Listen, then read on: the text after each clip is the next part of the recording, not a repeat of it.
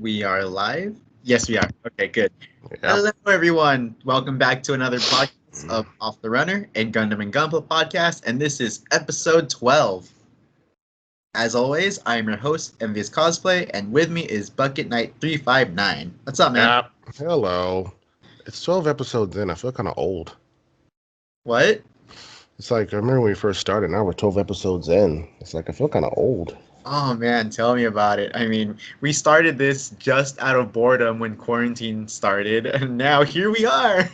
It's a bi-weekly thing, and we're pretty much dedicated. This is true. So it's good to see how far it's come in, that Right? amount of time. Hmm. Oh, fun thing. Hmm. Last week, a podcast that I listened to and plug to these guys. They're pretty great. The Comic Multiverse. I Wow. do talk. One of the guys on there, Matt.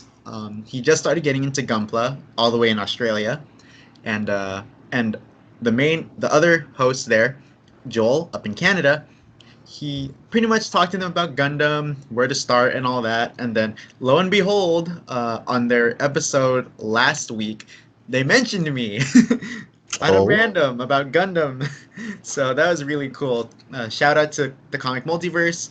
Thank you guys. That was a very neat surprise. Happy to have helped you get into the gist of Gundam and Gunpla.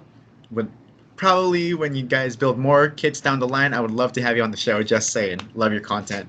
But if you are interested in comic book stuff within the whole comic book Marvel DC type of thing, check out their channel and stuff. I will provide links to their stuff down below. So anyway, with that said, there's been some big stuff in Gundam land, basically. Oh man, I wish there was a Gundam land in Disney Japan. That would be great. it's funny. They don't have a Gunpla land, but they have a Mario world they're building down there. Is it just Mario over there, or is it just all Nintendo? Why? You know what? No, I think it's Nintendo World. Hmm. I'm just in my head. I'm just thinking. Look, it gives me an excuse to go and actually, drive a Mario Kart around. That's all I want to do.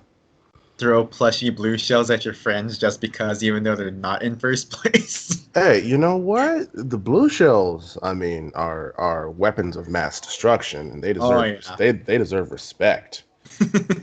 I think back in the day we called it the Spike Lee bomb. Spike Lee bomb. Yeah, it took no crap from nobody, and it knew what it wanted, and it got what it wanted, and didn't care how many people it had to wipe out to get it. Yep. Oh man. But dude, if they're really like once that whole thing is finished and we're done with this quarantine, I I hope that as like an expansion to that Nintendo world, I want a Metroid section. Like Galaxy's Edge, but dark and scary like the Metroid Prime visuals. That'd be awesome. Or you have Yeah. like a VR type of thing, like a VR type of thing, where you can like first person shooter type of thing. Ooh, that would be That would so be cool. cool. And please do not make Samus talk. That's the cool thing about her. She doesn't talk. Yeah, she just wrecks stuff and doesn't say a word. That's Yeah. okay. And All that is right. all right. We got sidetracked by the greatness of Nintendo. Yes, we did. um, so,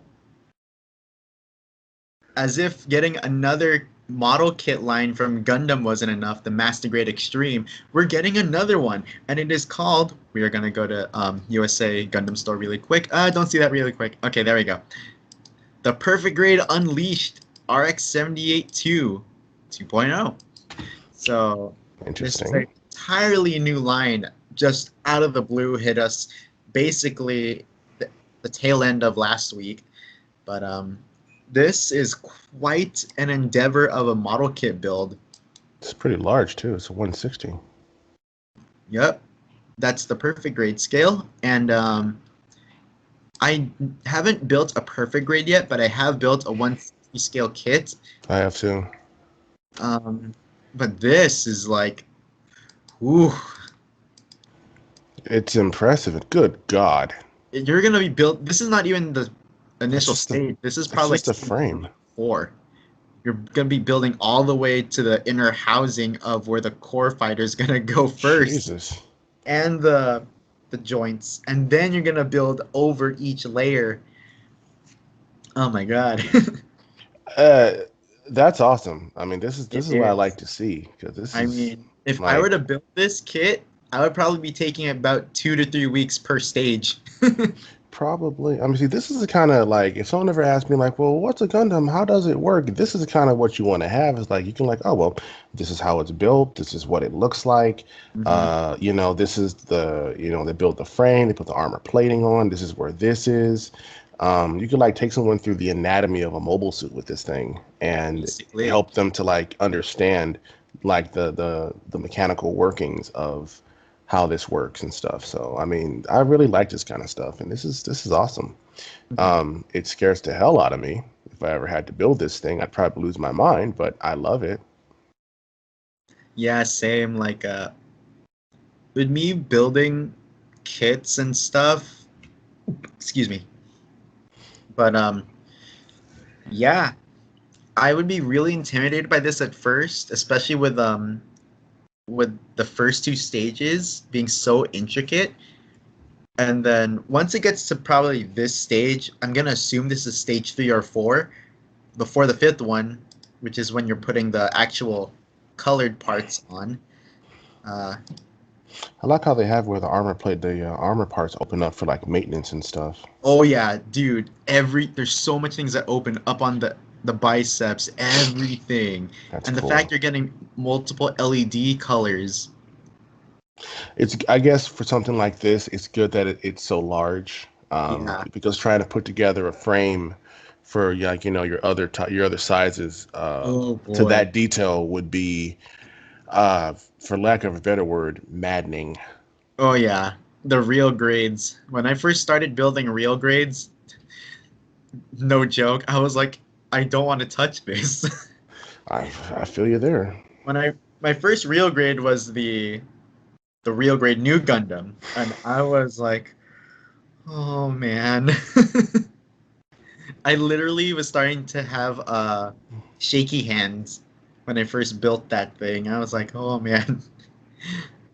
But I actually found when I was cleaning out my garage some months ago, and I found it and I had to clean it off. But I found I know I mentioned a long time ago how my first ever mobile suit I ever built was a small wing zero, and I found it.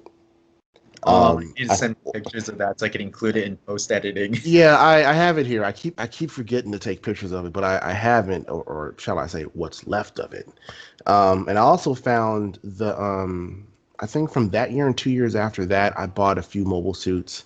I think it was there was a Death Scythe and Epion, a Heavy Arms Custom, and something else I can't think of. But yeah, I bought them and I have them, and they are in terrible condition. But I was very happy I was able to find them, and I once I get my house set up and once I get the display case, I'm actually gonna display them Nice. to show this is where it all started. This is Um, the action figures or the kits? the kits, Ooh, nice. yeah. So it was around the time. Let's see, I think the model kits when I remember it started coming out. I want to say '01. I could be wrong with this because I I think remember it came I out didn't. literally Hmm? right when the show debuted on Toonami. I didn't notice them until Endless Waltz came out.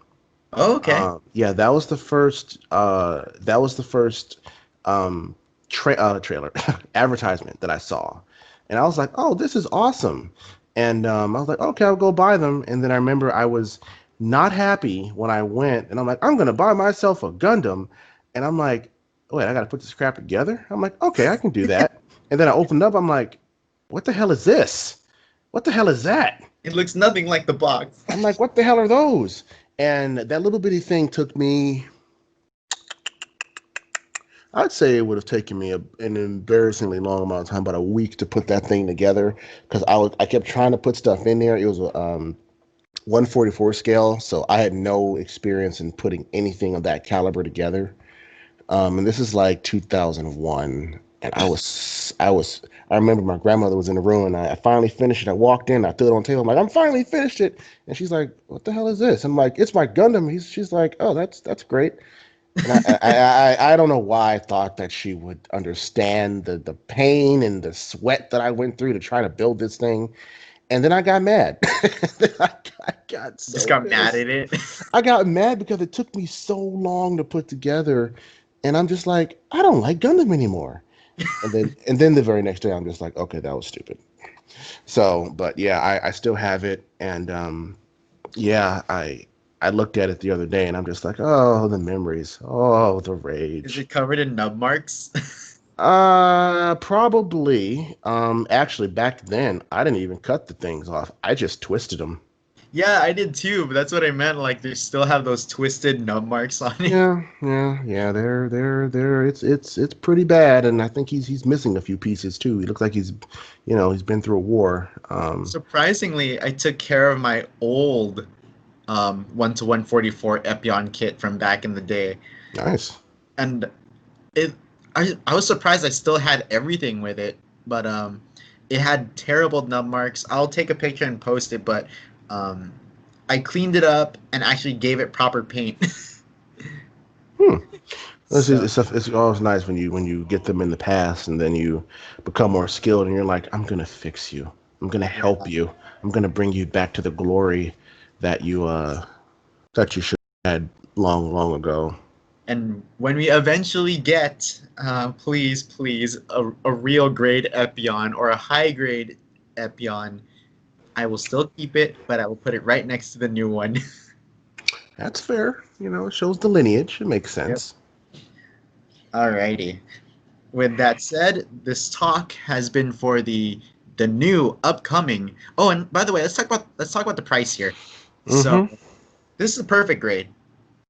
This is like the let's call it the Hot Toys equivalent to Gundam model kits, right? Perfect grade. Huh. It's the top of the line, um, and it's at $274.99 plus shipping. Well, Um, I've seen worse. yes, Master Grade Extreme Unicorn for Yeah. a Master Grade price, Mm-hmm. nearly almost $300. But this, with 5 stages of inner framework, I think you're getting a lot more bang for your buck. Mm-hmm. And guys, hear me out. Opening hatches all over the kit itself and light up functions in the eyes, chest, and the other areas here, as well as the front camera and the back camera on the head. Light up beam saber function. A It's light up worth it. saber. It's worth it. Yep. I mean, what you actually to really, if you were to buy this and to really set it off, get yourself the little maintenance gantries that they offer, and then put that. I don't know if they have one of this size, I don't but think if so yet. yeah, but if you could find one like that, and then you have all the hatches opening and everything, oh, you could just like Oh, put the thing inside like it's in the maintenance facility of White Base or something, or in the hangar of White Base getting maintenance and everything. I mean, that would be awesome. I really do hope this thing comes with minifigures of Amuro. It should. I mean, if the cockpit opens, it should. Yeah, and if the core fighter cockpit opens, then yeah, probably too. Actually, here's another question: does it actually convert into a core fighter? Oh, wait, hold on. You could see the core fighter inside here. Yeah, but does it actually turn into the core fighter, or is it just the built-in cockpit? That's the Ooh, question. true. Because they could have just put the core fighter hatch. So Yeah, that's that's right. kind of what I wonder. Now, if that thing you can get the core fighter, then this thing is a if that happens. If they put that much detail into it, this thing's a bargain. I think as much as I really want that for a like a removable core fighter, and you could do the whole transformation with this super complex frame. I don't think we'll be getting that. I think it's just an opening cockpit. And that's what it looks like, honestly. I But hope it's a core fighter, but that's what it looks like. It's built in. yeah, it's built in. It's just gonna be in the core block formation. But yeah, you know what? With how complex this thing is, I can easily pass on the transformation gimmick and just keep the opening hatches and stuff. Fair enough. Alrighty, with that said, Grade Unleash is done. And for those of us here, Gundam fans in California, good news, really good news. Out of the blue, literally was it last week? Yeah, it was last week because Yeah, last week. you tagged me in it on Facebook, and I was just like, "What is this?" Yeah, last Thursday, up in Little Tokyo, an official Bandai hobby pop-up shop has opened, and it's like, what? Yes. um, Looking at pictures that I had seen online on Facebook, um, it's like a mini condensed version of Gundam Base in Japan. Um, I noticed. It's I've seen some of the pictures. It's impressive. And I just keep thinking like, well, I guess I'm not going to be paying some bills this month. I have yet to go and conduct a adequate reconnaissance of the area. Um, Mainly, location and business hours and possibly camera and security locations. But yes, I do need to go down there and pay my respects. to our wallets. Uh, yeah, I'm actually scared because I know I'm gonna walk in there, I'm gonna see all this stuff, and then I'm gonna try to buy it, and then I will buy it. Then I'm gonna come home, and then I'm gonna be like, okay, I'm gonna open all my Gundam, and then my lights are gonna go out because I didn't pay my bills. So that I won't be able to see what I spent all my money on, which would, the universe would just be like, ah, yes, you've activated my trap card, Gundam. So yes, it would be very bad for me. Well, I'd uh, still go. operating hours are open daily Wednesday to Monday, 12 p.m. to 7 p.m., close on Tuesdays. Yeah, true. The only problem with this for Los Angeles is Little Tokyo's in downtown LA, Yeah. and driving to downtown LA during traffic, especially during between 12 and 7, is Ugh. Ugh. complicated and frustrating. Yeah. Um, and they're closed on the weekends, which sucks. So, Really? well, it says open daily Wednesday through Monday. Oh wait, never Wednesday? mind. No, wait, never mind. You're right. It's Yeah. open. Yeah, I don't know why I was reading that wrong. Huh. Don't you always find it weird when some places say open daily except for one day? Yeah, it's like you're not open daily. You're open on select days. Stop playing with my emotions, damn it. And it's here from October 16th all the way to literally the end of the year, December 31st. I kind of want to go down there as soon as I can because I don't know what They offer. they offer. Not just what they offer, but if they're going to replenish their supply or if things are. Oh, Oh, we ran out of that last month. We're not going to get any more. I think they will. But however, they do have some things that will be limited quantities, which is the newly released grade, the entry grade RX-78, which is $7, the SD Hello Kitty RX-78-2 Gundam, 25, and the master grade Extreme Unicorn. Hmm.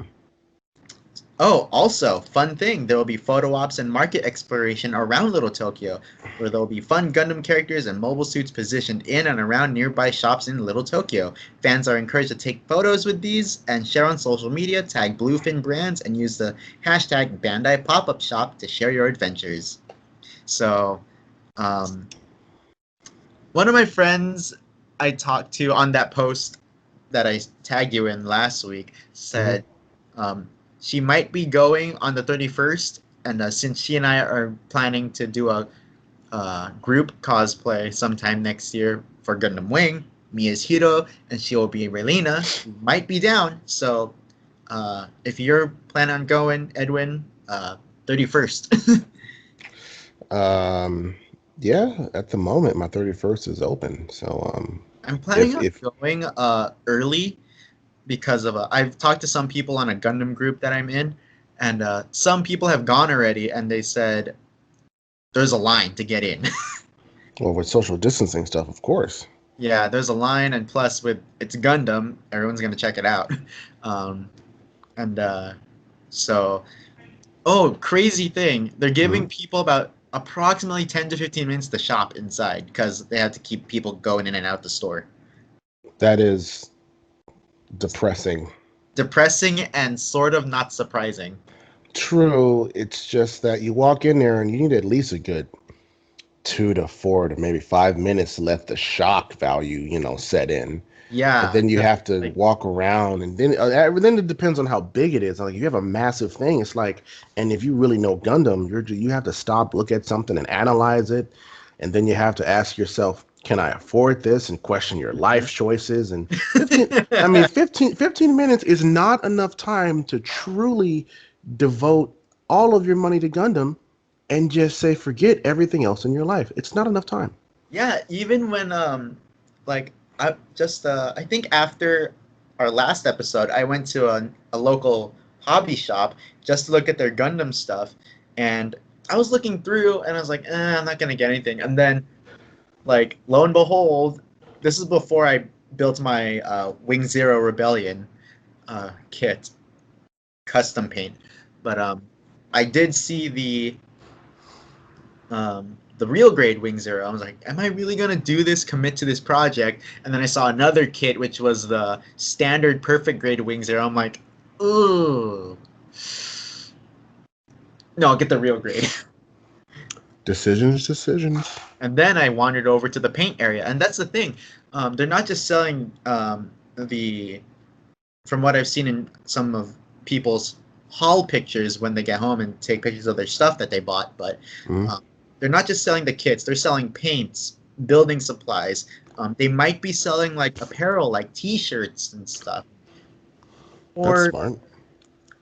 a store pop-up type thing dedicated just to Gundam in the West. You need a lot more than 10, 15 minutes, like you said. And Yeah. one of the guys that I was talking to was like I was nearing 7 minutes, and I could have sworn I hear Hero pull a Glock on my head. And then I commented saying, like, was he like, you pay or I'll kill you? I can see that. Oh man. It's But just, yeah, like the it's fact cool. that they're making this sort of immersive in a way with like I'm gonna assume these are like big, huge cardboard cutouts of either pilots or mobile suits. This is really interesting. So it's kind of neat that Bandai and Bluefin are doing this. Mm. I mean, it's cool. I mean, it'll be nice. For me, it'd be nice to get out because I've been, you know, uh, well, doing what I've been supposed to be doing and keeping myself inside because reasons. And I've seen things happen. I'm like, I'd love to do that, but I'm like, but I don't want to go out there and get sick. So I think I might make an exception this time, and just kind of brave the rapids because I deserve something. Damn it, Yeah, I this is a deserve really nice this. surprise in the midst of this insanity, which is called Exactly. 2020. And it's been a hell of a year, and I've been trying to do the best I can to follow the rules and social distance and stay away from people and all that stuff. But you know what? I deserve this. I need something, and We I'm all gonna need do it. something. Seriously. So you know what? I'm gonna do this. I mean, and even then, I feel kind of bad for just saying yes. I'm gonna leave my home and do this. But then again, you got people sitting here decide, no, I'm just gonna travel across the country Yeah. because reasons. And I'm like, oh, okay, well, go down there, poke my head in for a few hours, and come home and question my life choices because I'm pretty sure I'm going to go in there and buy a bunch of stuff I don't need. I'm most likely probably gonna get, well, one thing, I'm out of Gundam markers, so I'm gonna definitely pick some up over there, and another wing kit probably. That sounds cool. Oh, then also on top of that, and it's not just the Gundam store. You got Anime Jungle down there. Oh So yeah, it's just I both think of. this is literally right next to Anime Jungle No, because it yeah, says yeah, right here. yeah, because Anime Jungle has there's like two or three buildings. I don't know. They have the main store, and then they rented out or bought the one I think across the way from it. Um, so I think that, and I Is haven't the seen main pictures store the of. super small one? Crap, I Because haven't been down there in a I've while. Well, literally what? only been to Jungle once, and that was like, God, I think Well, that was like 2015. good God. Well, there was a long. I think back in like 10 or 11. There were two. There was the one that was like in the mall, the actual the big Little Tokyo area of the Hmm. mall, and then there was another one across the street, right next to I think it was Shinzengumi, that ramen place. And then a couple years later, they closed that one down, and then they opened up. They had the regular store, and then next door to it, there was like another storefront that they uh they they bought, and I think they had a lot of plushies and cosplay stuff in there. So I'm thinking that this is probably in that store. Uh The the one one that with they the one that they bought some years ago. Okay. And literally it's right across, like right next door to it. Like you go down there, you see both storefronts. It's two different storefronts. So I think I haven't, like I said, I haven't seen any pictures, but I think that's probably what they did, because I can't see them like shipping, like taking everything out of Anime Jungle and putting just Gundam in there, because it would kind of defeat the purpose, you know? Yeah. It's kind of they would be losing money for the day. Exactly. So there's that gun there's a Gundam store, and then there's Anime Jungle, and all I just see is the fact that I'm probably gonna get my car repoed after this, because this is gonna be bad for me. This is gonna be a tragedy. This is gonna be a tragedy of epic proportions. And they're gonna ask me like, "Oh, Edwin, why'd you spend all your money?" I was like, "Because Gundam demanded it." uh, Oh yeah. but yeah, like 30 our my little day trip there for the 31st is still tentative, so maybe by middle to near the end of this week I'll let you know. Oh, please do, because it's not like I'm doing anything. Yeah. I'll most likely probably be there like maybe 10 o'clock or 11 because it's a Saturday. People are out more than usual on a Saturday, so Mm, yeah. fair enough. I'll just let me Yeah. know. I'll probably be there for hours because I gotta head home uh, before 6 on that day. So yeah. Mhm. Well, you got a hot date? Yeah. Probably grab some lunch and then after Gunpla shopping and then head home. Oh, oh, I see. So have a hot Yeah. date, or just date with your Gundams? Uh, just day with the Gundams, I guess. And plus, if you go, Gary and Gil go, then it'll be fun. Gary is off that day. I need to talk to him. But okay, that works. It'd be awesome. Yeah, it'd be great. Yeah. Yeah, because most military operations, you have a squad of four. So one of us could be the lookout, and then we can go in there and case the joint, and sneak in the dead of night and take everything. Yeah. Sorry, I was thinking again in my head. I should probably stop. I should really stop. Alrighty. And before we get to our third topic, this thing you showed me right when we got on call, a Yep. graphics card, Yep. but Gundam themed. Yep. So an A6 GeForce GTX inspired by Gundam. And I don't really know much about graphics cards, so please do explain, Edwin. Uh, a graphics card is what you put in your computer so you can play video game. I'm kidding. Um, no, but no. They've been releasing. I think Nvidia's releasing a new one, because I'm actually looking into building a computer myself. So Hmm. I think they're releasing a new one either this month or next month. Um, but as for why they did this, I don't know. Quite frankly, I don't care. They just did it, and it's wonderful. The specs actually aren't bad at all. I don't know how much this is. I didn't see the price on it, but the specs are good. That can run just about anything that you want to do. Is it a super duper high end? No, but it can run just about anything that you want to run. Like, I would love this for my computer, because I could just take this out of, if I built a new computer right now, I could put that in there, take it out, and put it in the next computer I build, and be perfectly fine. Jeez, this thing is beautiful. And that will be the next computer that I build right there, because it's smexy on so many different levels. No lie, I thought this was a turntable here. No, those are actually the fans. Oh, okay. Yeah, those are I think that's a cooling maybe a cooler. Yeah, it's probably a cooler. Yeah, those are colored fans. Okay. And this got me excited. There's a Char version, all in red. That looks so cool. It really does. This whole thing is just freaking beautiful. Oh, Uh, that's not fair. There's headphone versions of the Gundam and keyboard, and but yeah, there's none of that for Char. Come on, that's not good. That's gonna clash with the aesthetic, man. yeah, but you know what? The fact that we're getting a Char is still good. I mean, if I just had money to burn, I would buy them both and just have them, and they're just gonna people be like, "Why do you have two computers?" I'll just be like, why not?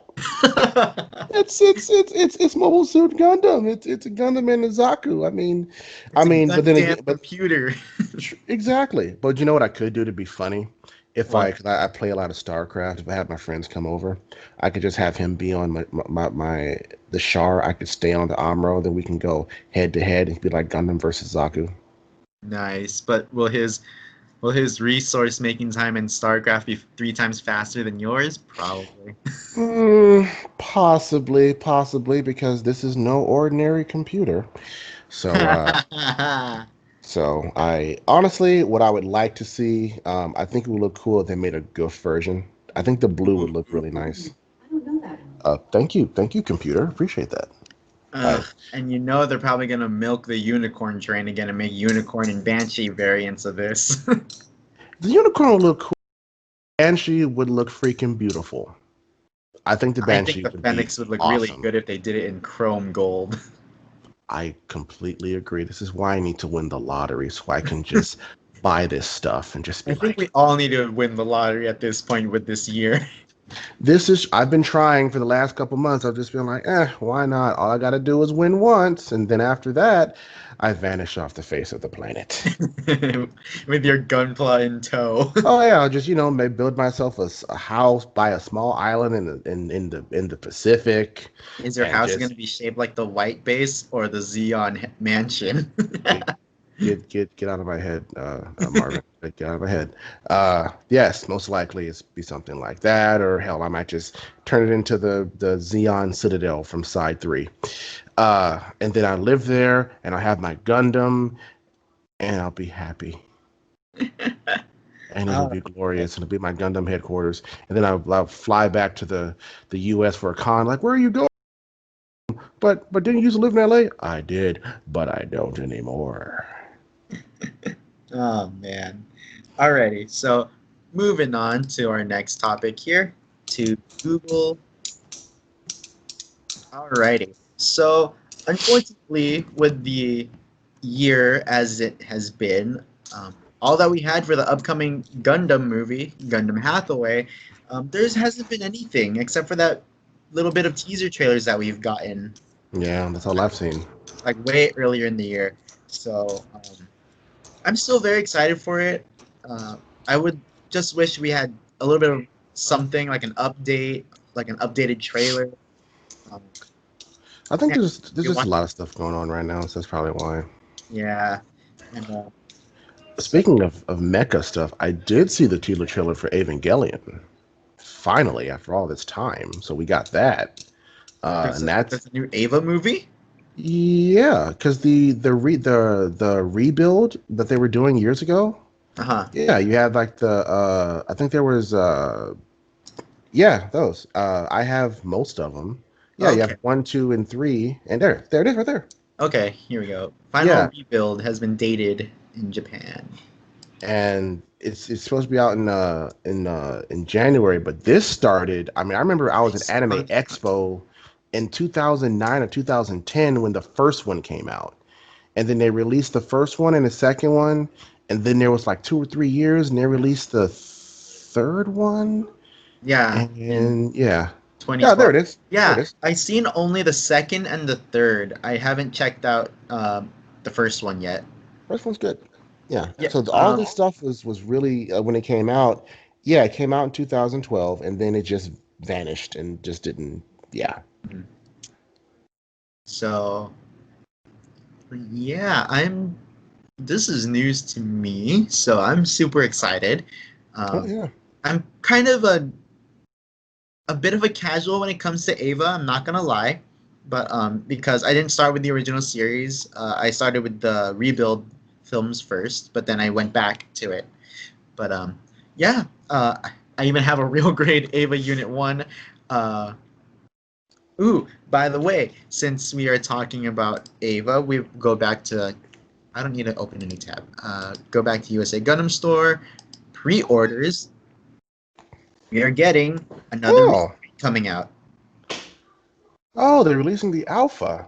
Yep. Okay. This one's okay. This one right here. This is from episode 3. Yes. Yeah, and the first time you see this thing, he was sniping crap in orbit. Mm-hmm. So that's awesome. I like the gun. That gun is awesome. That's a, I mean, walk quietly, carry a big rifle. Apparently so. uh, Man, I think I've seen You Cannot Advance multiple times, but then the third one, the third rebuild movie, I only seen once. I'm gonna guess because the pink, it's Mari piloting it, right? Yeah, Okay, I remember now. Yeah, Mari's my favorite. of course. I mean, she hijacked Unit 2 and went crazy. Yeah. So, plus her attitude and all that. Says a lot about you, Marvin. Says a lot about you. Just, just saying. All right. Just saying. So, with that news done, let's talk about our usual upcoming pre-orders. So we talked about the Ava Unit 8 Alpha, the PG RX-78 Unleashed. Uh, I do not know what this stuff is. Mm, These are not Gunpla related. We talked about that already. Okay. All right, let's go to P Bandai to check what's going on. Haven't checked that one in a while. Oh, hello. hi, Crossbone. I haven't seen him in a while. Ooh, that's Ooh, there we go. That's a car payment. There we go. That's how we do it. That's how you go broke. Oh yeah, come to daddy. that's my car payment. Yeah, that's ooh, yeah, that's how That's everyone literally how much I pay. Marvin, how much is the car worth to you, bruh? A lot because I actually need my car to go places. But Gundam, Marvin, are you sure you need your car to go places? Is Yes. that not worth the walking? No. Are you sure? Yes. I'm a terrible influence. I'm so sorry. Fully loaded, the final crossbone. That is a beautiful mobile suit. The very first time that I saw anything of Gundam Crossbone was, I think, when I was graduating high school, back in the day in 2011. And the first thing that came to my mind was Jack Sparrow of Gundam. I can see that. I mean, the whole If pirate aesthetic. I mean, one of the units has an eye patch for crying out loud. hey, you know what? They really want to go with that pirate aesthetic, so I can see him piloting it. Um, UC 136. And that blew my mind too when I found out it's in Universal Century. I'm like, Universal Century has pirates? I mean, you look. I don't want to bring up the name of this particular monstrosity, but there was one particular series that came out for Gundam's 20th anniversary that was set in. It was like the UC 200 and something, and I'm very happy that it was because by that point I think the Earth Federation had collapsed. Hmm. So yeah, it was a particular series that we don't wish to talk about, and if a hardcore Gundam fan is listening to this podcast, they will know what I'm referring to and will understand why I don't wish to say the name. Okay. I'm assuming it's a certain movie. Uh-huh. Okay, no, never mind. I know what we're talking about now. Let's not. Oh, okay, there we go. I'm glad you understand. Yes, because we don't, because I just say this. It's like saying a Gundam, certain theater play name for theater students. true. See, it's like Gundam fans have that movie we don't talk about, and Dragon Ball fans No, no, we're done. have We're that done talking movie about that that. they don't talk about. And seeing that I'm a huge fan of both, it's like, a heart attack every time I think about Yeah. it. So yeah, we don't do that. That's the dark place. We should never go there. That's the deep dark web of Gundam. There's darkness on your family, darkness on your cow, Yep. everything. So basically, this is a very fully loaded I noticed. Crossbone Gundam. I've always liked those. The brand Those markers, Yeah, I've always liked like just their general design because I actually have a crossbones in my room. I think it's I fixed think that looks figuration. so cool. Like four beams connecting Yeah, together to make a beam punch dagger, yeah, basically. it's a bunch. I mean, it's awesome, and Yeah, because I have this suit in my room, and it's like they took the pirate, they gave it the aesthetic, and it made it work. I mean, even the beam saber, you know, Yep. is cutlass ish. And then Looks more like a falchion, but still, combine it, you get a freaking yeah, uh it's like a little blunderbuss or something. yes, that's the gun name I Yeah, was looking for. I was like, what was it? It starts with a B. yeah. It's funny because like if you look at the Sentai series Go Kaiser, Yes, their I love guns are Gokaiger. their guns are designed and have pretty much the same design aesthetics, Yeah. minus the conversion. But yeah, Oh man. this is I have Gundam Extreme versus Full Boost, and I still have yet to try out the three crossbone units. I need to get that game. I mean, Actually, I need right now. I need to get that game on my list right now. I need to get that game. I need to get Squadrons. ooh, actually, on PS4, I think about a month or two ago, like the Western version of Gundam versus Maxi Boost Full On came out, so you can get that. Ooh, yes, I approve of this. I need more Gundam in my life. And it's still in the Japanese voices, thank God. Well, I can live with the Japanese voice acting, but I mean, but still, the American voice acting wasn't all that bad, depending on the series. So you'd see Destiny. Okay, let's not talk about that. Good point. I Surprisingly, stand the corrected. turn at when I first heard the English voice cast for Turn A, I had no idea what Turn A was, right? Hmm. And I was like, this voice acting is really good, and I haven't even watched it yet. It depends. It depends on the series. It really Yep. does.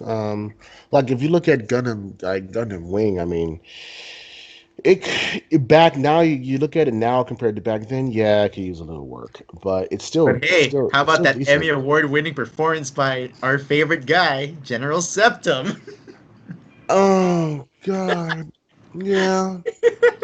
I mean, you just if you want to torture someone, just get General Septum to read a book to like someone, and he'll just be like, "Yes, page one." He's like, "No, no, General, no, go away, please." And this is the three bear. What was it? The Goldilocks and the Three Bears.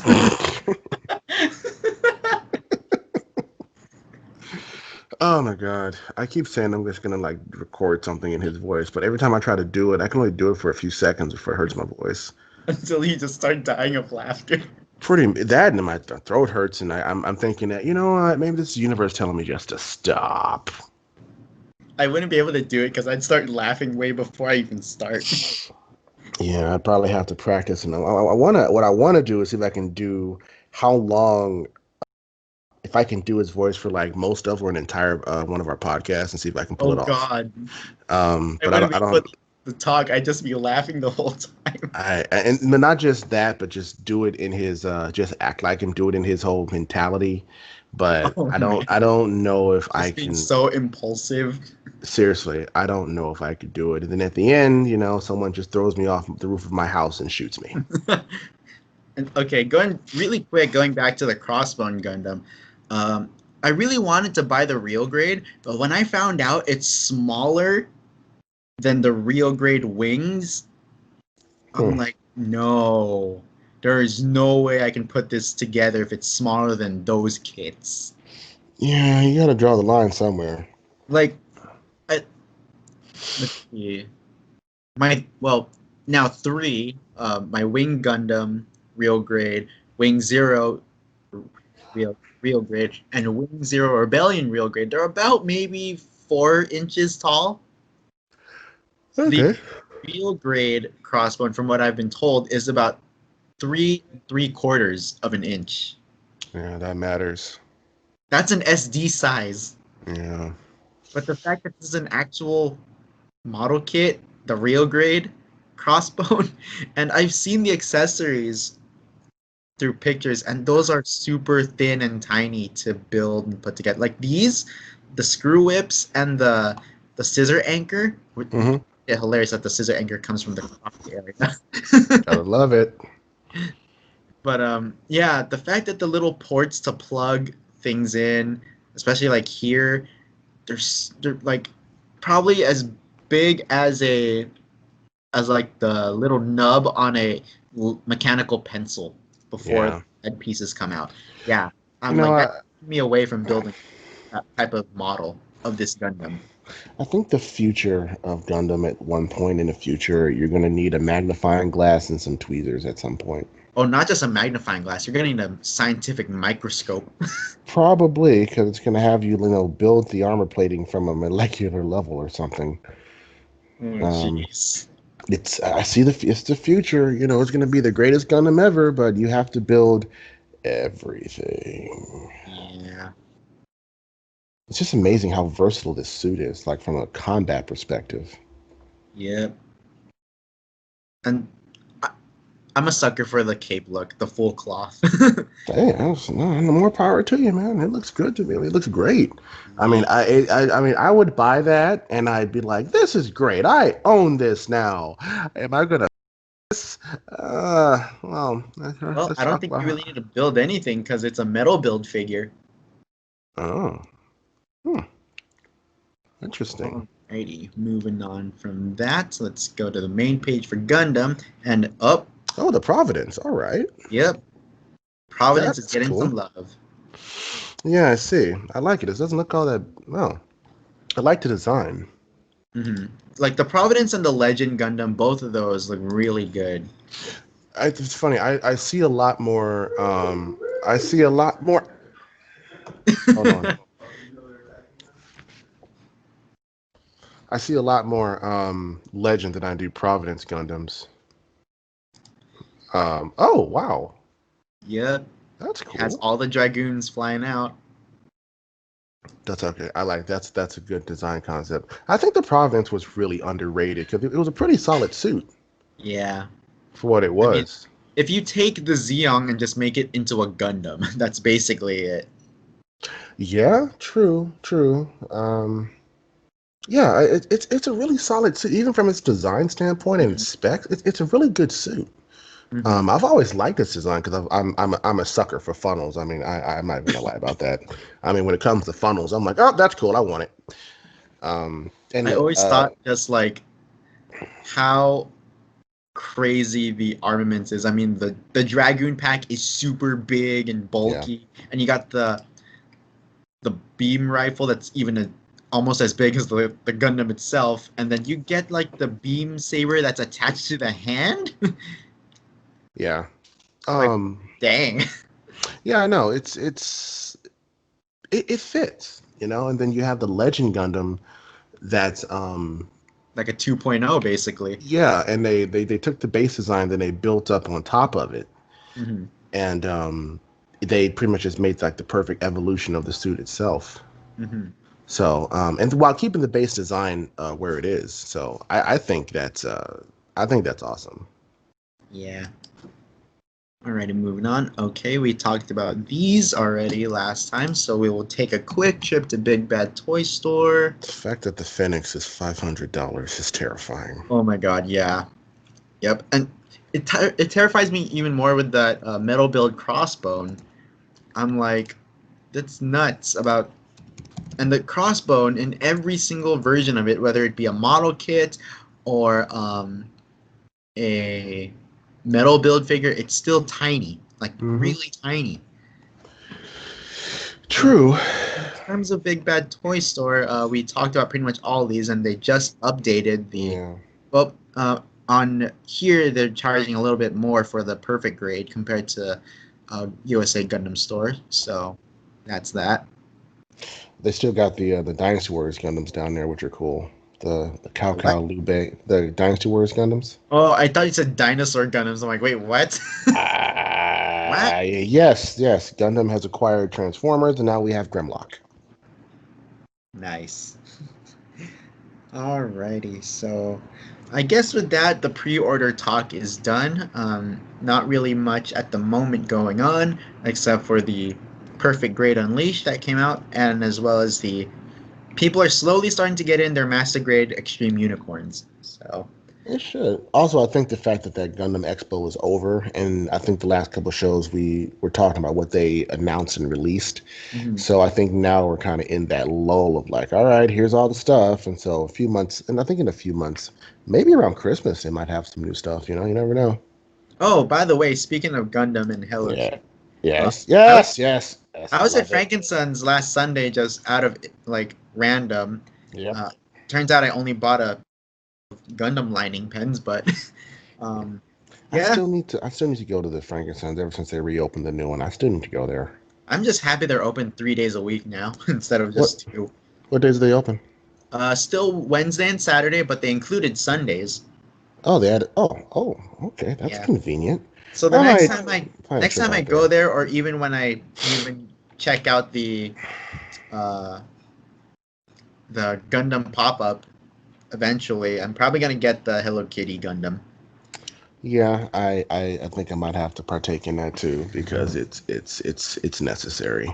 Heck, I might Because get both the Hello Kitty and the Zaku, but who knows? I will be getting that spider ball thing. I need that in my life.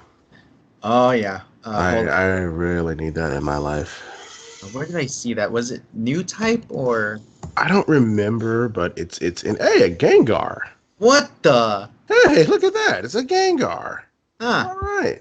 A Gengar model kit. You'd probably be done with this within 30 minutes. See, Oh, that oh, is I take that back. I take that okay. back. Yeah, I was about to say that's within my skill level, and I'm Maybe looking at this and 45 minutes. yeah, I'd probably still buy it though. Yeah. Like I saw the. You know what? I might as well show you this because I love me this Pokemon more than anything. A Lugia. Yep. I might get it. Okay. I uh, I can agree with that. Hey, Yep. Pokemon is awesome. Yeah. Um, Everyone has I I Pokemon. I went to a place called Tokyo Central, which is in Gardena, Hmm. and I walked in there, and then they had all the evolutions, like little bitty evolution model kits of all the Eevee and all evolutions, and I was like, I should buy this, but Nice. I didn't. Ooh, they have Optimus. Yeah, I got another one in the other day, along with the IDW Ultra Magnus. Oh, nice. Finally, um, yeah. So, uh, this G1 Prime, I'm gonna repaint into Nemesis Prime because I already have the standard, and I'm repainting the IDW Ultra Magnus. And for those that don't know, the IDW version of Ultra Magnus is literally just an all white version of where is he? Oh, there we go. An all white Optimus. Mhm. Yep, and then once that armor is broken, we get the usual. So I'm gonna be repainting the all white into his G1 colors though. Nice. So yeah, we'll get like the red, blue, and white on him, basically like the G1. So yeah, I approve of this. I was at Barnes and Noble. Yes, no, was it yesterday or no Saturday with my mom and sister, and I went to Barnes and Noble, and I saw that they have the Flame Toys Bumblebee kit, and the for some reason the Bumblebee kit has a big, huge hammer for a weapon. Hmm. I'm like, no, that doesn't make sense, but I'll probably go get it just to give it to the Ultra Magnus kit, because Ultra Magnus, as of recent years, has been associated to have hammers. So That yeah, is true. Even in Transformers Prime, he was using a hammer for a little bit. yep, the Forge of Solus Prime. Yeah, I But yeah. missed that show. So underrated. Dude, that show was like what brought me back into Transformers. Like right when I graduated high school, I was like, yeah, man, Transformers Dark in the Moon sucked. Ooh, what's this? An animated series? Oh, it might not be good. And then I just got sucked into it. Well, yeah, I started watching it. I watched the whole first. I bought the first season and I watched. I'm like, oh, this is great. And then just so happens a month later, the second season started coming out, and then it went from the second season, and then Beast Hunters came out, and then uh Predacon Rising. Predacon Rising came out. Yeah, and then that was I think it. that was only just one episode, but that was It like the was series finale. yeah, it On, was a movie, so it just yeah. ended there. And then I think there was another Transformers series that came out, a different one that was the continuation. Oh, we don't Um, talk about that. but I think I saw something about it and I watched it and I was just like, I am not impressed.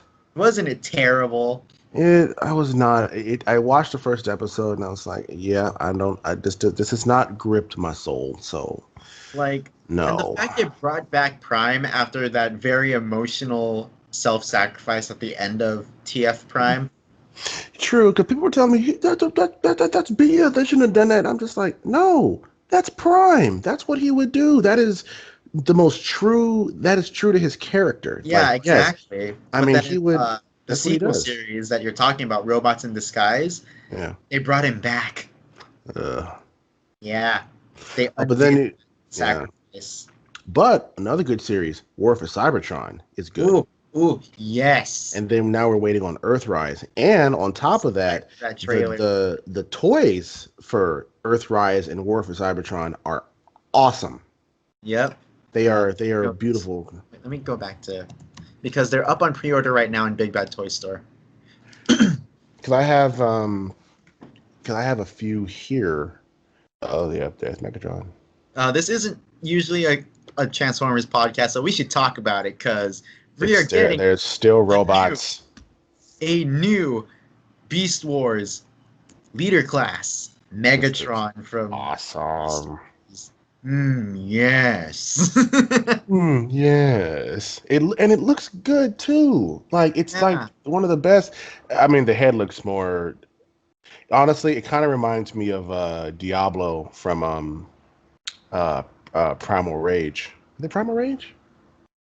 Yeah, Diablo from Primal Rage. The his T-Rex form.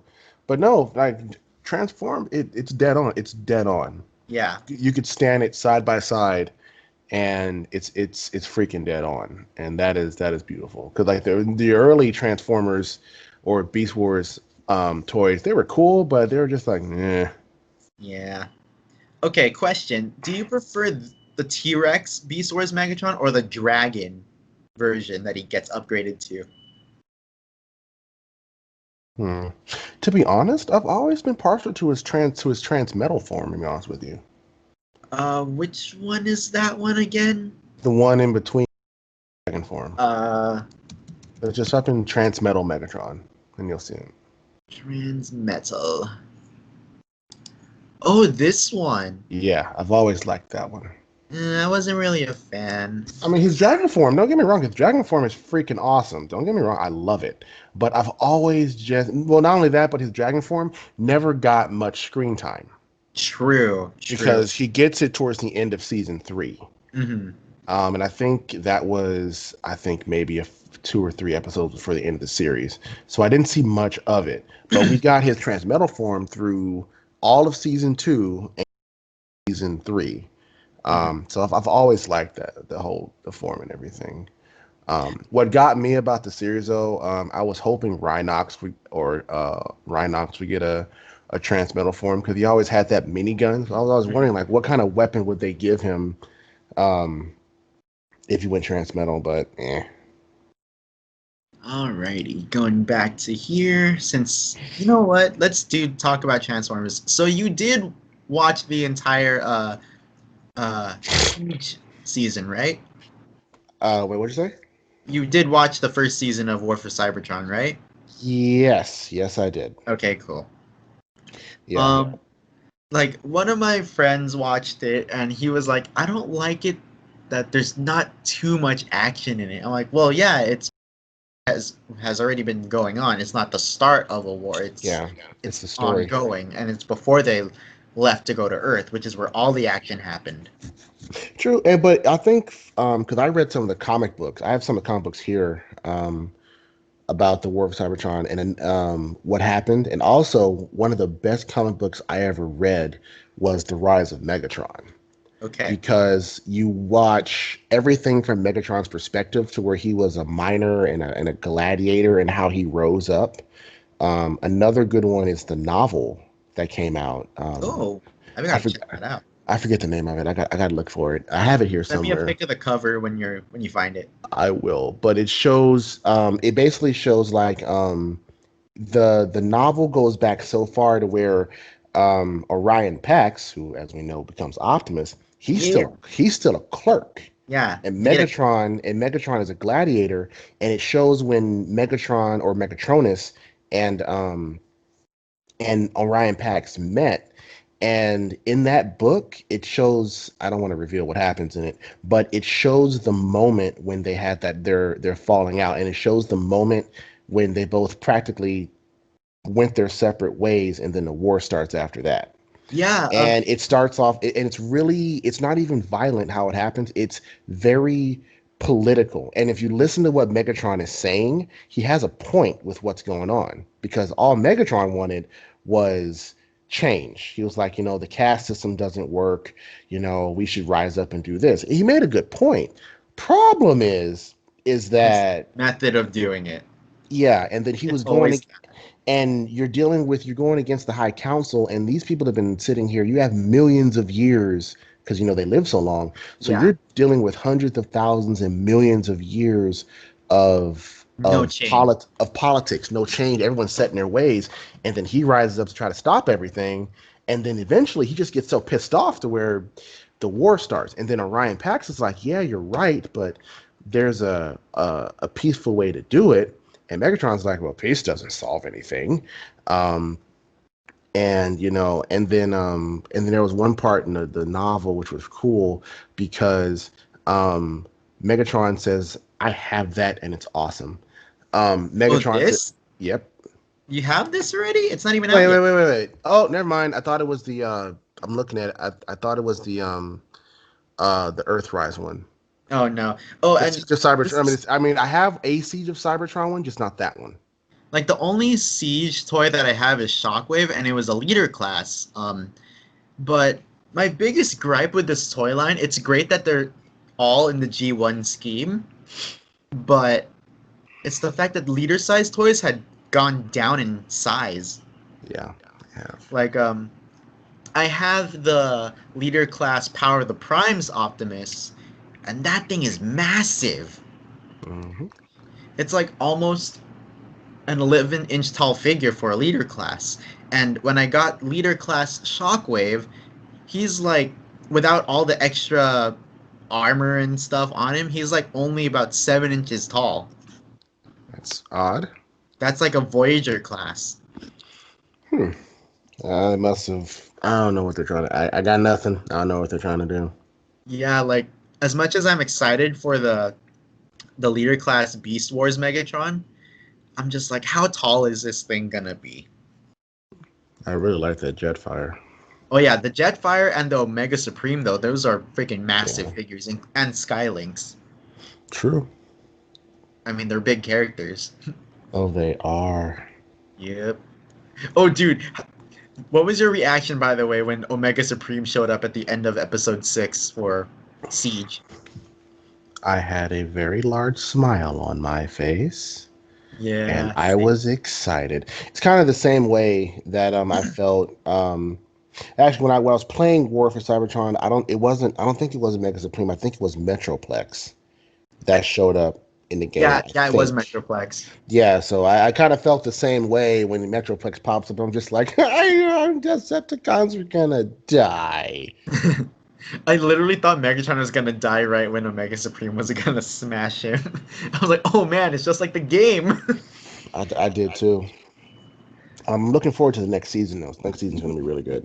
I know, Uh, right? With those weird random that one faction out of nowhere. I'm like, who are these guys?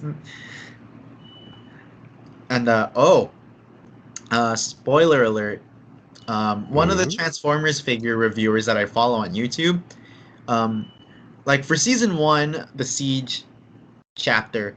I don't know if you saw them in like at like Target or Walmart, but they had like a certain Transformers figure, but it was in a box and it said warning spoilers inside. And then one of them was Ultra Magnus for season one. For season Mhm. two, though, the spoiler box, this guy Prime versus Prime, he did a review of the next one, and get ready, Mhm. it's Nemesis Prime in that box. Nice. So I'm like, oh god. Nemesis Prime might be coming to the series. Wait, my No one's wallet is ready at this point because we don't I have the just have money. we're gonna get a new version of Nemesis Prime on screen. I would love to see that because we don't get to see a lot of him. We, like the You last know, animated version of Nemesis Prime was in Transformers some of Prime, and it wasn't even a proper kind of the Nemesis. one that pops into my head, the most recent one was all the way back, and this is going a little bit farther back, kids, going all the way back to Transformers Armada. I love that series. I did too. I said I have all of it. But yeah, there was one episode when they I forget what the premise of the episode was. They went to some alternate reality or something, and Nemesis Like the Prime was planet got there. deserted. Yeah, and he was like just he was picking everybody off one by one. It was great. Yep. But and then you had that, like you said, in Transformers Prime, you had the one that mech built that was Ugh, controlled by that one guy. that was so disappointing. Yeah, they tried, and I was like, "Come on, guys, don't do that. Don't And do that." like, I'm not gonna lie, when the trailer for The Last Night came out, and when it showed him becoming like Nemesis Prime, is like, wait, it's not another character, it's just corrupted Optimus. Hmm. No, The no. movies, they need to.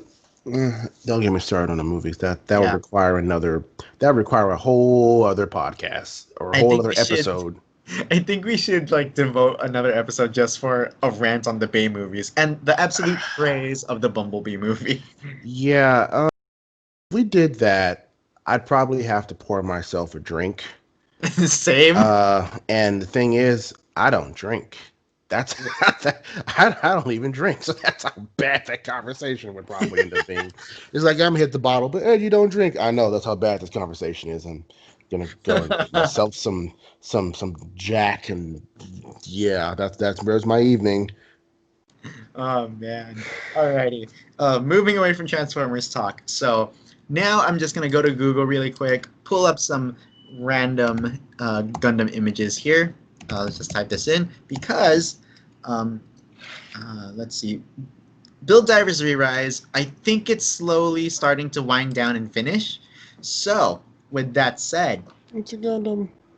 yep, multiple Gundams. But I anyways, see. um, what kind of series would you like to see, Edwin? Like going forward, would you like to see more new Universal Century stories? I mean, we're getting another movie based in Universal Mm, Century, or would you prefer to see sequels, OVAs to alternate timelines like Double O or Wing or whatnot, or something completely new? that's a hard question. I mean, honestly, I love to see all of it because they've expanded on so much. You look at the UC, nothing was really good out for UC. Then you have Unicorn that comes out, and then Yeah. after that, you have after Unicorn, Thunderbolt you have Thunderbolt, and then you narrative. have upcoming Hathaway's Flash. Then you had the other, God, I can't think of the other one that came out. Narrative? There you go. You had that one, Yep. and you have all that, but then it would be really great to see something from Gundam Wing. We haven't seen anything from them since Endless Waltz. I mean, there's been some, there's Frozen Teardrop and all that stuff, but that's And even all Frozen in print. Teardrop got like a um sort of animated thing going on, but that was only if you got the collector Blu-ray set, like which I got at the beginning of quarantine, and it just made me want more. I'm like, especially with the animation now, like how beautiful now, True, fully true, animated. true. It'd be, I mean, you don't even have to go with CG. I mean, just take Gundam Wing, Just give it the double O treatment, and then there you go. give it the Double O or the Iron-Blooded Orphans treatment. True, true. Um, That I would love to see a remake. If they could go back and okay, not a remake, not a remake. A remaster. remaster, yeah, a remaster of Zeta and Double Zeta. I would love Ooh, to see that yes. because I haven't seen Double Zeta yet, but I saw Zeta. I have it all on regular DVD. Hmm. Um, and I would love to see updated graphics. And I think if they were to take Gundam, because Gundam is cool, obviously, but Gundam is also a lot of the older stuff, the base universe stuff that everything's built on now. Hmm. It's dated, Yeah. and that doesn't make it bad. But if you were to, for example, and I'm looking at him right now, look at the Burning Gundam right there. Now, if you were to go back and watch, G Gundam, oh, this is awesome. Yes, it Yeah. is. But if But you were to take it it looks and like hmm, early day Dragon Ball. yeah, and you don't want to, it's like, oh well, no, it's dated, but it's still good. It is. But if you take it and you give it the remastering, and you It'll add bring the in new new technology, fans. yeah, and it'll make the this already series, like, honestly, it's like the thought of seeing uh G Gundam Hmm. with today's technology Oh just my fills god. fills me with joy on an extreme level. Like, Um, give G Gundam the animation team that did the Dragon Ball Broly movie. exactly. Yes, yes, that's a good point. Yes, that would work because it shows that high speed combat with Hmm. that new type of animation works very well. Yeah. So yeah, I think that would work really, really well. So I think, like, if I had control of everything, I would, you have, okay, you got the current series that are winding down, you got the upcoming movies, that's fantastic. And then you still can, and you're not going to lose any money because Gundam's always re-releasing stuff. I mean, how many RX-78s are there? Too many to freaking count. Um, so you re-release, you keep, re-release it, do your thing with the Gunpla. Then you take some of the older series. You take, I mean, dearest Lord, you take the original uh Gundam and redo that one, and my God. And you know what? It proves that it's possible, because if you ever played Zeonic Front, Mobile Suit Gundam Zeonic Front, there was a special OVA that was a retelling of the 1 Year War, where the animation was it was a really, really good short, but the animation was everything was reanimated. And by the Mhm. way, Zeonic Front, for what it was, fantastic game.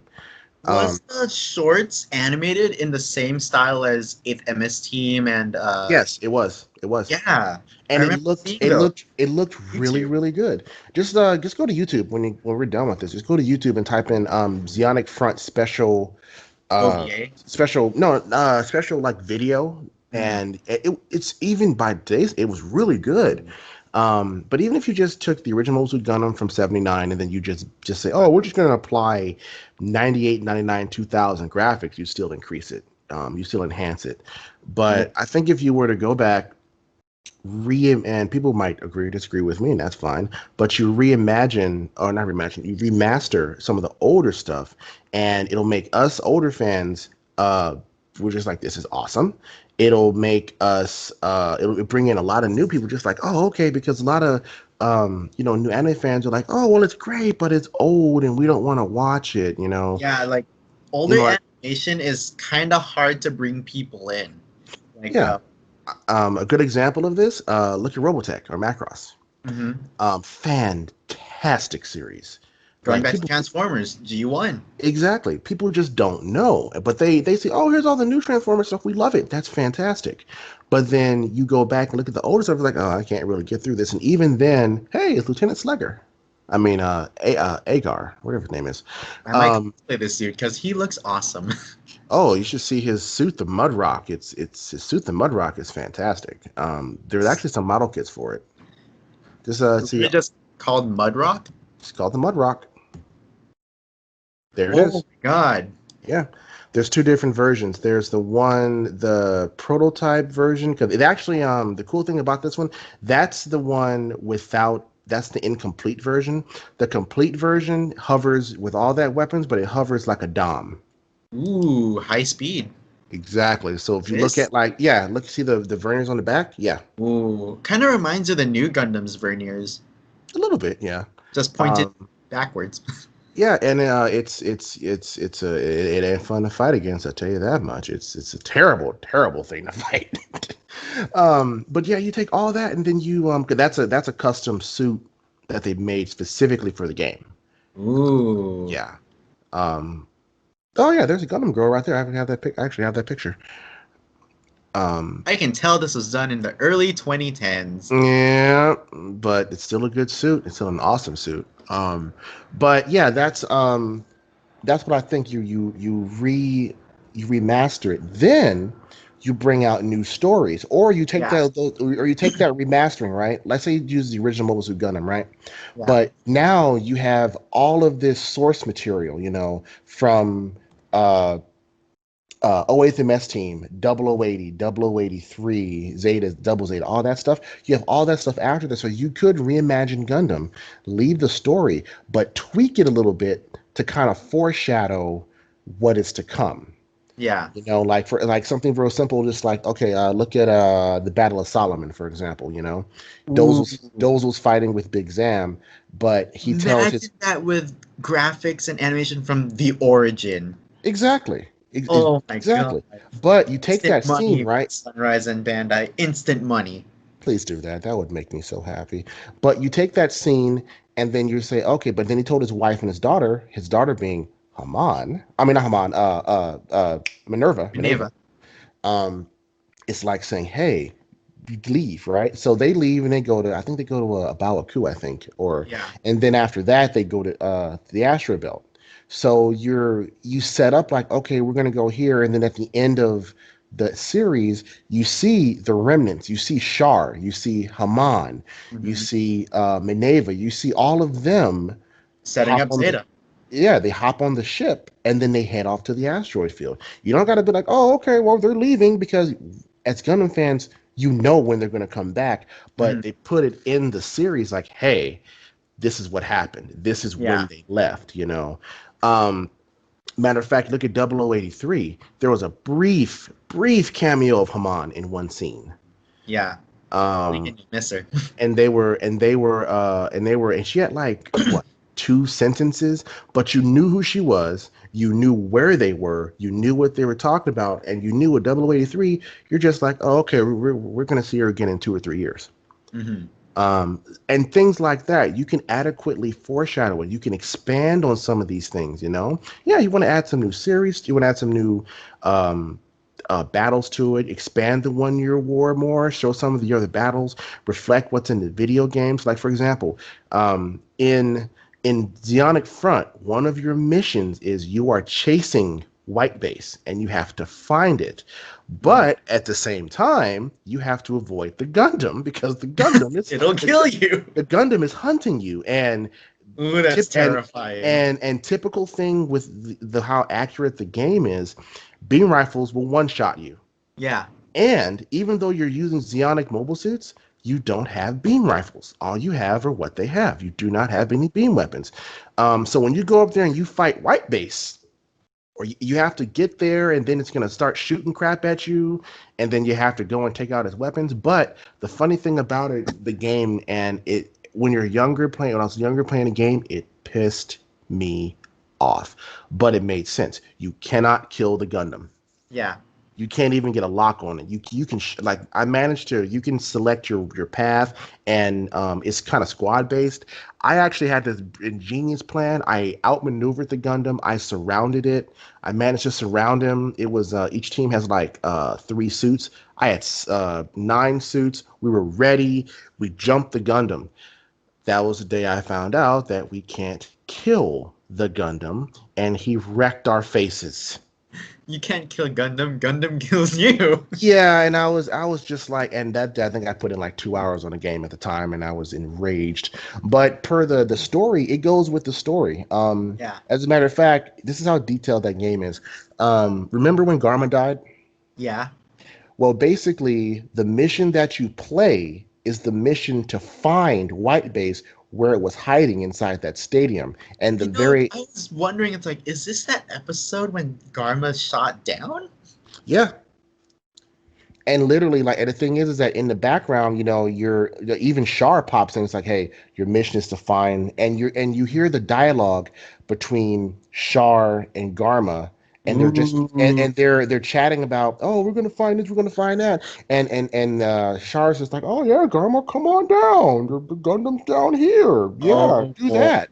And so what we're doing is we're like, hey, we found White Base is hiding in this thing, and And at the very end, Char's like, "Oh, Garma, we found it." And Garma's like, "All right, Char, here I come." Very next scene, Garma gets blown up.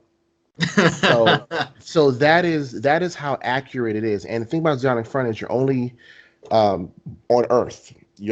So you play through the Battle of Odessa. Okay. Um, During that battle, you hear it. You don't witness it. You see him go by, but when the mission starts, the Black TriStars and their DOMs just zoom on by, and they're just saying, "Oh, we're going to go and find the white base." And then when they engage the Gundam, you hear the chatter, and oh, it's a Gundam! Oh, it's a monster! And then you just hear, Like they get picked comms off. going out. They get picked off one by one by one, and then your commander's like, "Oh, we just got reported. We just lost the Black TriStars." And I'm just like, "Oh, okay." And they're like, "Finish the mission and get out." Dang. So, I mean, it's really accurate, but you have that kind of stuff, right? So why not take An animated. that, right, and just kind of throw that in there? It's like, okay, yeah, the Gundam, you leave it there, but oh yeah, they're this. For example, let's say you have a core fighter flying over, and you see this team of Zeonic mobile suits. Oh, they're closing in on our position. That's the Midnight Fenrir unit. That's the unit that you play in Zeonic Front. So like, Mhm. oh, then anyone's like, oh, that's the Midnight Fenrir unit. That's where that mission takes place at. So Yeah. you're saying, okay, so they're in the area. So if you were to do that, and well, am I being Just throwing references all over. hold on one second. My presence is being requested. Give me a second. Oh, okay. All right, folks. It's just you and me for a little bit. Okay, I'm back. Okay. Yeah, my presence was being requested. I'm like, oh, okay. But yeah, so if you just throw those little bits and pieces in there, I think that if you ever played Encounters in Space, which came I out in like I think 2003, I I think. vaguely remember that one. I think I rented it from Hollywood Video when that was still around, and Memories. it was the one with the GPO2, no, Yes, GPO1 full burner on it, yeah, right? yeah. It took place in space and everything. Just to be sure. Yeah, Encounters in Space. Yep, yeah, there it that's it. is. But there was a scene in there when you're in the I think you're playing the Gundam, you're Amuro, and you're in the Battle of Abawaku, and you're Yeah. moving in towards. I think you were about to go and encounter the Xiong Shar, but flying by, you see three mobile suits fly by, and Yeah. it's the pilots from 0083 in their original GMs. Ooh. And they're just like, oh, there's the Gundam. Oh, that's a beautiful mobile suit. Oh, I want to pilot that thing. You see them, they make a cameo, and you're like, Yeah. oh, those are the three. And then you realize, okay, they came in double 83, they're aces, and they come in there with their GM custom, so you know they're badasses. Yeah. They also don't die, except Yeah, Barney, because they have to but they live for don't. this for their series. Exactly. So they're obviously badasses. So, and then you see them in the game, and you're like, oh, they're there. Of course they were there. That's why they're aces. They survived this battle, Hmm. and you see them in their original suit. So I'm like, oh, okay, that's cool. And for me, little bitty things like that are important and are really awesome. Hmm. So that's just how I look at it. So I think that if you were to reimagine them and put some of that stuff in there, you can expand on some of the battles, make them a lot larger, you Yeah. know, and just do something like that. I think that you could still make a ton of money from old fans and from newer fans, Exactly. because the thing about any type of mech show is how it looks. The story is there, which is fine, but the flashiness, the movement, the design, it's what draws you to it. Yeah. Then the story is what hooks you, and you're like, oh, okay, this is some good stuff right here. I'm going to continue watching. And then you've done your job. When it's over, they're just like, is there more? Is this it? What the hell is this? I feel gypped. I want more of this. Then you got them. Yeah. That's where you make your money. But now putting the remastering aside, something new like a brand new universe, a brand new series, that's always welcome. You know, Um, let's what see. what I I'd think like to see something in. that's Hmm? really overdue to be finally made into an animated series is Crossbone. I agree. Yeah, you're right. I haven't seen Crossbone, to be honest with you. Like, 'Cause it's just a manga. Oh, really? They never made it into Yeah. an anime? Nope, it has Huh. not made at all. It's only made, uh, what's it called? Appearances in video games, the model kits, of course, but it's only a manga at the moment. I honestly didn't know that. Yep, it's set way in But it's set in the but future of the Universal Century, and it's still just a manga. truthfully, I never really looked in. I mean, the suits are cool. I've looked at the suits and the tech specs. I think the suits are awesome, but I never really looked into the series because I've never able to find too much about it. But I guess that makes a lot of sense. But yeah, Crossbones as an anime would be awesome. It Um, deserves it. I think actually on that note, you know how like they have like the mobile suit variations lines in the series. Yeah, Yeah, and a lot of those are just, manga specific, right? Take yeah, those and animate them. exactly. A good side story is double O oh god, double O Farashite, double O F. And basically they were pretty Oh yeah, yeah, the exactly. Estrella. Yeah, and I have the volumes of the manga, and yeah, to animate that, because yeah, they were celestial beings backup. They had a GN drive and they swapped it between the different suits, and the Estrella is a pretty badass suit. And not only that, but playing the Gundam game I have, and Crossrays. yeah, playing Crossrays, you get to see how the suit moves and functions in battle. Mhm. um and I'm like, oh, this is a really great suit. And then I think that's the Avalanche version, Okay. because it's heavily armored. Yeah.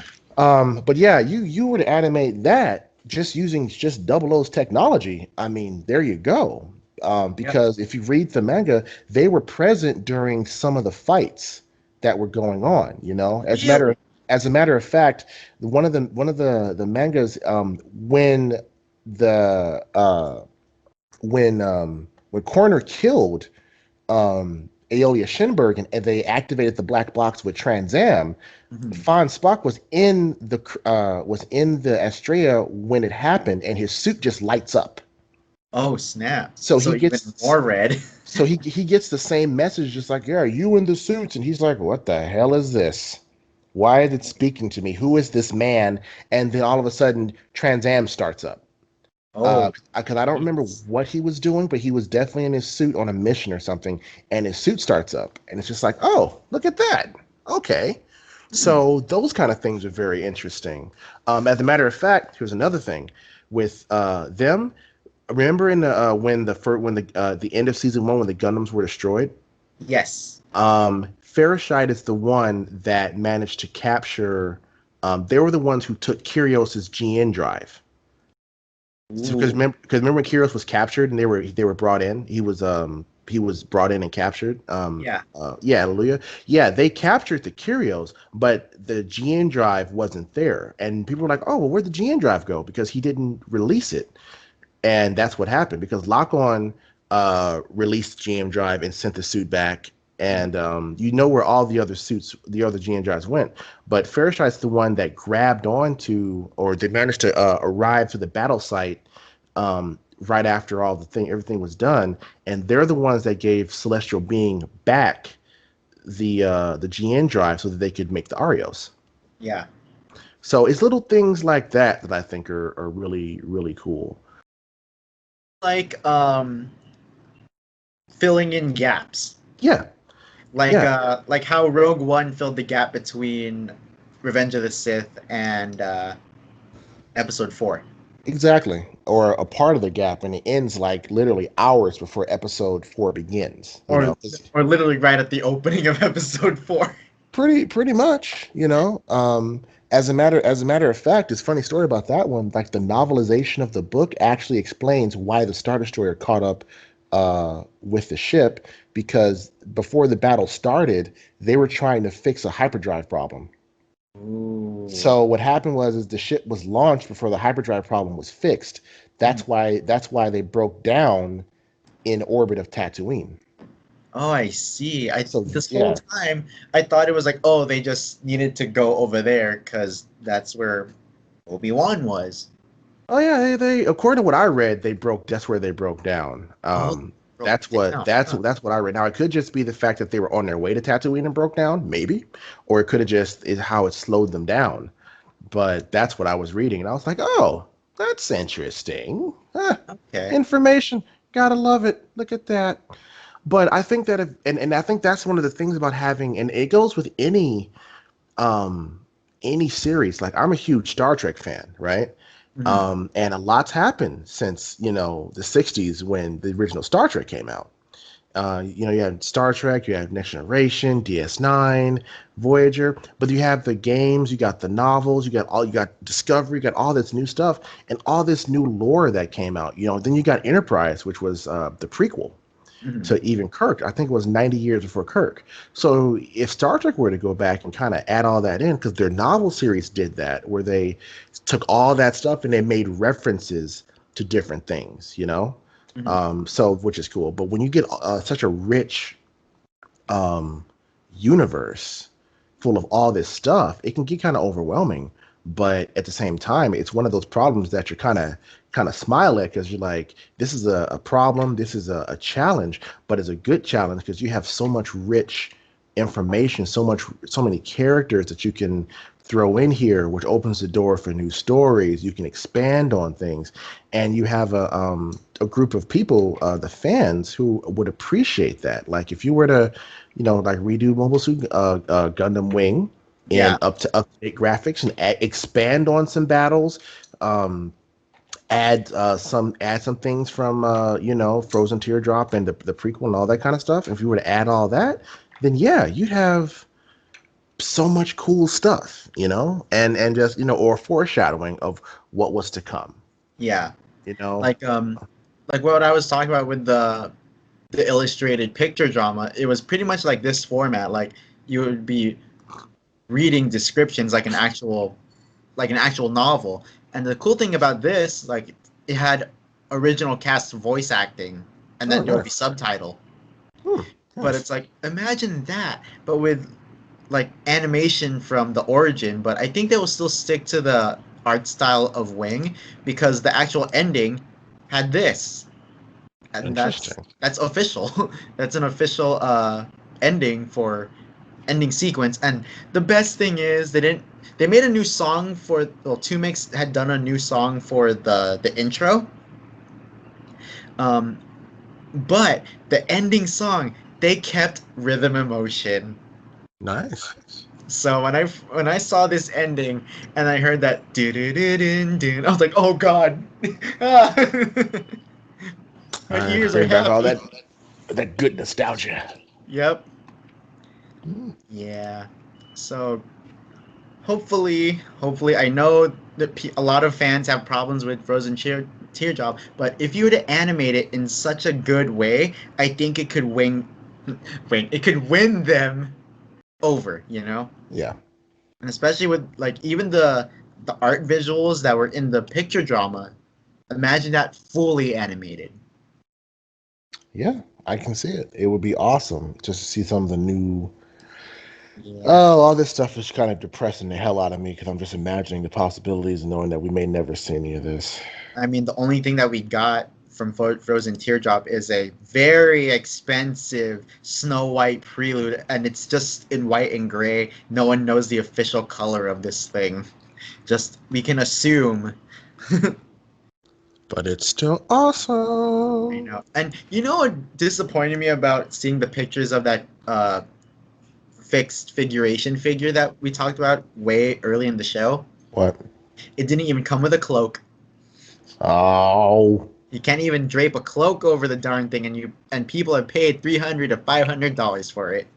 this is true. However, if you know a seamstress, you can have someone make something. True, true. And knowing cloaks and stuff with Gundams and all that, if they did include one, it might be a hard PVC plastic. True, kind of like how they did with Sandrock. Yeah, yeah. All right. Well, I don't With think it's that going to be said, PVC. Yeah. Hmm? with serious talk said, I'm bringing back an old category. Fun question. Oh, here we go. We did this a few episodes ago of Versus. So, this Mm. battle is all in red. And who else in red? Char and Full Frontal. So, Someone's calling me. okay. I don't recognize this number, Up, spam. which means I don't care. Not today, Uh, Satan. Seriously, although the area it's late and the area code is like from Long Beach, so I'm kind of wondering, like, okay, who's calling me at 6:47? Because this is even late for those bloodsuckers, so this should be interesting. Oh, if they leave me a voicemail, I know it's important. If they do, it's just like, God damn it. I hope it's not important. I'm enjoying myself. I don't want bad news right now. Alrighty. So, battle in red. Yes. Char going up against Full Frontal, the Sazabi against the Sinanju. Which do you think is the better suit and why? I like technologically wise, you mean? Yes. Well, I mean, from the perspective of sheer firepower, the Sazabi has the Shinanju beat. Yes. The Shinanju is balanced and has its own things, true. Um, in terms of melee combat, they're pretty much equally equipped. Hmm. I would say because I would say the Shinanju has the more powerful, larger melee weapon with the shield. Yeah, the shield axe. Yeah, but the Zabi has, beam sabers, the beam axe, and then its large beam tomahawk. Hmm. Um, that turns into a beam saber. So I would say it was really close, but I would give the melee edge to um the Shinanju. Speed wise, I'd probably have to look at their specs a little bit because I know the Zabi is no slouch Yeah, because it's the thing not about it, it's a big it's not a suit. s- it's a big suit, but it's still fast. But Exactly. from what we have seen of the Sinanju during Unicorn, that thing is fast. Exactly. So I'd give the speed edge to the Shinanju. Not only that, but the fact that it's a much smaller suit and it's It has lighter. a bit of a lighter loadout too. Exactly. So even though the Zabi is fast as hell, which I'll give it the speed, but the Shinanju is definitely a lot faster. Yeah. Not only that, but if you look at the fight with RX the new Gundam and Zabi, which was horribly one-sided. My God. Yeah. But it was horribly Horribly. one-sided. I mean, look at this. Ripping out the freaking basically the jugular vein of the Sazabi right there. Yeah, pretty much. It's a carbon copy of what actually happened. Oh But man. when it comes down to the suits, I mean, if you were to, in terms of who'd win in a fight, once again, this fight would definitely be up to who's piloting what. Yeah. If you were to take the tech specs of it, um, I mean, in terms of, like I said, overall firepower goes to the Zabi just Sazabi. hands down. I mean, you And got the funnels, and plus, then there's the mega particle cannon in the chest. mhm. So you have all that, and you have the yeah. It would depend on who's piloting it. And And the situation and the circumstances. true, it will be a really close fight. If you were to put regular pilots in these suits, I don't think they'd be able to ugh. handle it. Well, hypothetically speaking, if you put regular pilots in these suits and have them fight, unless it's somehow they're able to to fight normally, it would depend on the type of fight, the location. I mean, if it was just open space,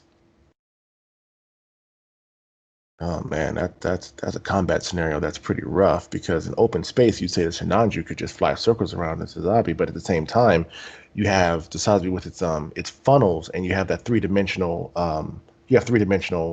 defense. Yeah. So it's like, yeah, but if you were to be in an asteroid field, Or with any probably debris in the way. exactly, you can probably give it to the Shinanju because its speed would work, Yeah. because the Zabi wouldn't be able to I utilize its mean, weapons as effectively. in Because episode one or two of Unicorn, you see the Sinanju just literally bouncing off the asteroids like freaking exactly, Sonic. exactly, and with its weapons loadout, it works. It's a lot lighter in terms of the weapons loadout. Mhm. Um, with the Zabi, it's more, it could it do it? Yes. Could it do it pretty well? Yes. But your Not funnels, your Probably not funnels would fast enough. be exactly because your funnels would be the efficiency of your funnels would drop significantly. Your mega particle cannon could work, but let's say if you were to target the Shinanju and you're firing through rocks, the farther the distance, the less effective the beam's going to be. Exactly. So you'd be relegated to mid to close range. So in an asteroid field, I'd give it to Shinanju. In a all range, just open space, it'd be close. It'd be close as Yeah, hell. But definitely. I'd give it to Zazabi. With that, on in gravity, that I don't know because we've never seen a Zazabi in gravity, and the Nope. Shinanju was never in gravity either. Yeah. The Stein was, Hmm. But because that's not even yeah, full frontal or shard to begin with. exactly. But if the But Sanji were to cheat and get into the Neo Zeong, then I think that's the only time he'd had a full win against Sharon the Sazabi. I'll give you that one, yeah. That's the But if you only put, situation where I think full frontal would get a win. I think so. But if you put Char and Char in both of these suits, I couldn't tell you. Yeah. Um, I I I honestly think they would. I'd say it'd be a draw. There'd be Yeah. nothing left but heads and torsos would be left, and I think they would literally beat the hell out of each other to the point where both suits would be inoperative. It would if this was Gundam Build Fighters, it'd be a draw Yeah, it would be a because draw, but if it was like it would pretty much go how uh they would have to get out of their suits like Char and Amuro did in all their hand-to-hand fights. oh yeah, they both probably have their a nice fencing saber or rapier, and then just go at it. Yep. So that's my analysis of the situation. How And I about totally what you agree. think? Like I Uh-huh. was picking the two characters and mobile suits for this specific matchup was pretty like, man, this will I don't know how this will go. It's either gonna be this or that, but I think in most cases it will be a draw. Yeah, I think so. I mean, this would all come down to two things: um, the battlefield and the pilot. Yep. I mean, And if you want to throw a third one in there, luck. yep. Like going back to what you said about putting everyday pilots, I think the Sinanju is an accessible suit to pretty much anyone, including aces. But if you're not a cyber new type or even a new type, good luck with the funnels and the Sasabi. You'd probably be Yeah, able to access everything else but that. yeah, and even then, you couldn't really use the suit to its full advantage because you wouldn't have the reaction time to use everything that's there. But yeah, it makes yeah, you're right. Because the Sasabi is fine tuned to just Char. Yeah, it was built. It's like custom built for Shard. Like he had Mhm. it built for him. The Shinanju was built, I think, at the prototype for the. Well, it was the Stein first, Yeah, and then they stole it and turned it into the Shinanju. The sleeve stole it, but initially it was in the same line as the RXO, and it yeah, was one of the prototypes, that and the silver bullets that were yeah, built. So yeah, it's interesting, but I think I think Shinanju will be a lot easier on your average pilot. yeah. Um, yeah, because But I'm pretty sure would they be able to handle the G's from the output? probably not. I Like mean, if, after the fight, you open the cockpit hatch and they're just dead in their pilot suit. yeah, because if you really look at how the fighting, I mean, they're like fighter pilots. You got to be strong to deal with those G's. And then you're got the space shuttle. You're pulling a couple G's, not a couple, but quite a few G's. Breaking the Hold atmosphere. on. Speaking of that, with like majority of Gundam and mobile suit pilots needing flight suits to help subdue those G's, every time we saw full frontal piloting the Sinanju, he's wearing his military officer uniform, not That's his flight suit. Yeah, well, there's a reason for that. He's a bad MFer. That's Yeah, that's right. that's the only explanation I can give you on He's that a one. quote clone of Char, quote unquote, so he can. Yeah, and the thing about Shar is his mentality was like, well, I plan on coming back, so why do I need a pilot suit? True that, true that. Um, Alrighty. I did have another topic for fun questions, but do you want to save that for next time, or do you think you want to call it a night? Because we are cutting close to 2 hours now, surprisingly. we can cut it because we're at 2 hours, and quite frankly, I'm hungry. The same. I am I hungry. ate a bit, I think probably an hour or two before we got on call, but yeah, I'm hungry again. Yeah, I cooked a steak around noonish and had a steak and rice, and Ooh, normally I'd be okay, but I'm a fat bastard. alrighty. So basically, with this said, I'm sure that the Gunpla news will be kind of in a lull. So I'll be keeping up to date with the things going on regarding the fandom.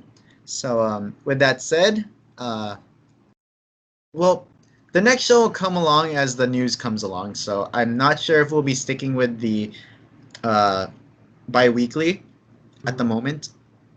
Uh, but like I said, it all depends on the news that comes out. If there's a bunch of kits that comes out, then maybe in the next couple weeks, then we will come back.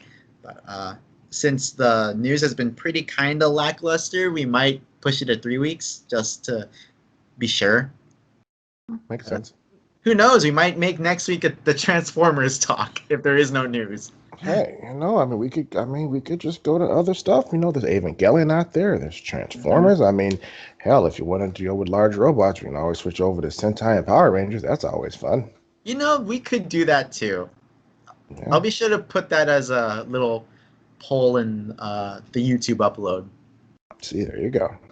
Alrighty. So with that said, this has been Off the Runner, episode 12. Signing off is me, MVious Cosplay, and Bucket Night 359. alright guys, we'll see you next time. Bye bye. Later. Hi everybody, MVious Cosplay here again. Just wanted to say thank you all for viewing my content. If you want to support my YouTube channel, feel free to check out my Ko-Fi page. I will provide the link in the description below. Thank you all, and see you next time.